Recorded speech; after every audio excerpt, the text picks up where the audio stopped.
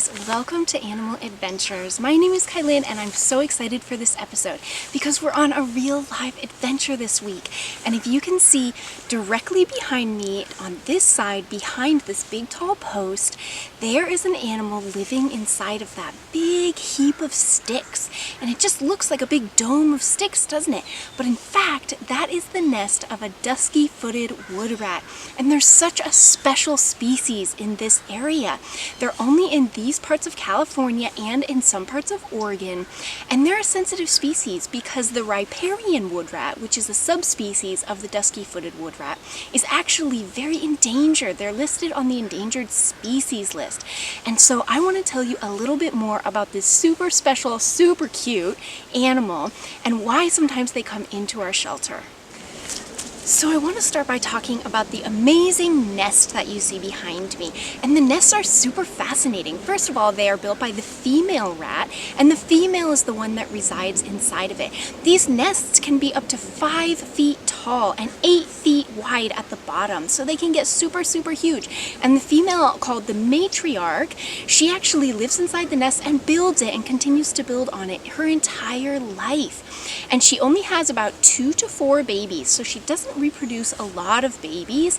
And then the females, the daughters, are actually going to build nests nearby. So when you see a big woodrat nest, you can commonly look around and see other ones cropping up in the same area. The daughters will either build their own nest nearby, or they'll take over the nests of other woodrats that have either died or moved on. Inside the nests are amazing different structures. There's tunnels, there's different rooms and chambers, there's different entrances and different exits, and they even have a latrine or a toilet in multiple spots on the outside of the nest, so they don't go to the bathroom on the inside of the nest. Another fascinating thing they do to keep their nest very clean and tidy are they line them with bay laurel leaves. They nibble up those leaves and they put bay laurel leaves around the nests and even inside the nest.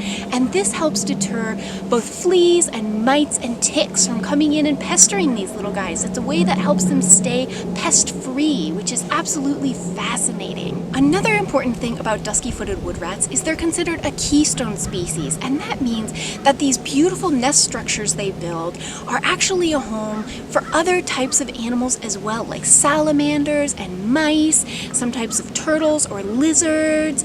So they actually help support other species as well, and that's really, really important. I'm on the opposite side of the trail now, and you can see a second nest, this one much, much smaller. It's kind of that pointy little dome structure at the base of the tree.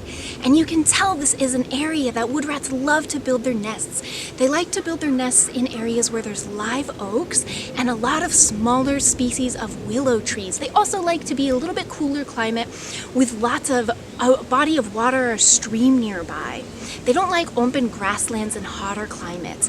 And the reason that I'm standing here on the trail is because this habitat is very, very sensitive. Of course, these are prey animals and they like to come out at night, but depending on the time of year and the season, sometimes they'll come out in the daytime. They're very difficult to see in nature. So I'm trying to be very not intrusive. I don't want to bother the area in which they climb around, and I don't want to disturb their nest. So if you're lucky enough to come to this area and see a dusky-footed woodrat nest, make sure you stay on the trail and don't approach or poke that nest or disturb it in any way. So I'm in front of yet a third beautiful nest, and it's hard to see because it's blending in with the trees and the branches around it.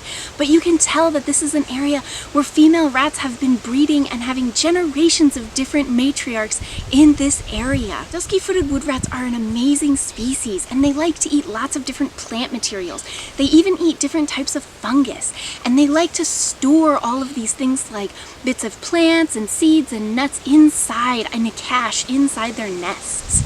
Woodrats are a sensitive species, not only because they're prey animals and they have small litters of babies, but they're also in a very sticky situation in regard to their habitat. They do like these types of areas that you see now, and things like fires and urban sprawl is diminishing their habitat all the time.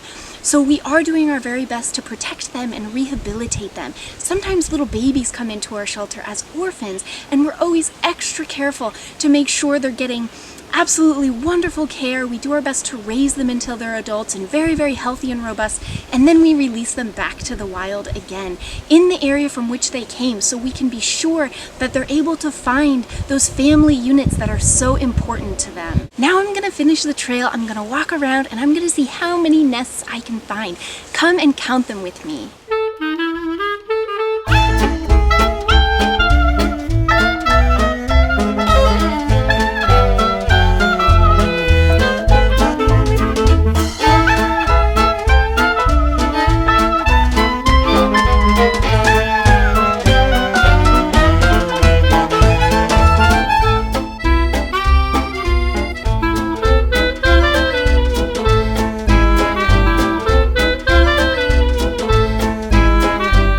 Thank you so much for tuning into Animal Adventures with me this week. I had so much fun bringing this important topic to you, and I definitely got poison oak on me doing this film, but it was so worth it because these little guys are so cute, so valuable to our environment, and so important for you to learn about.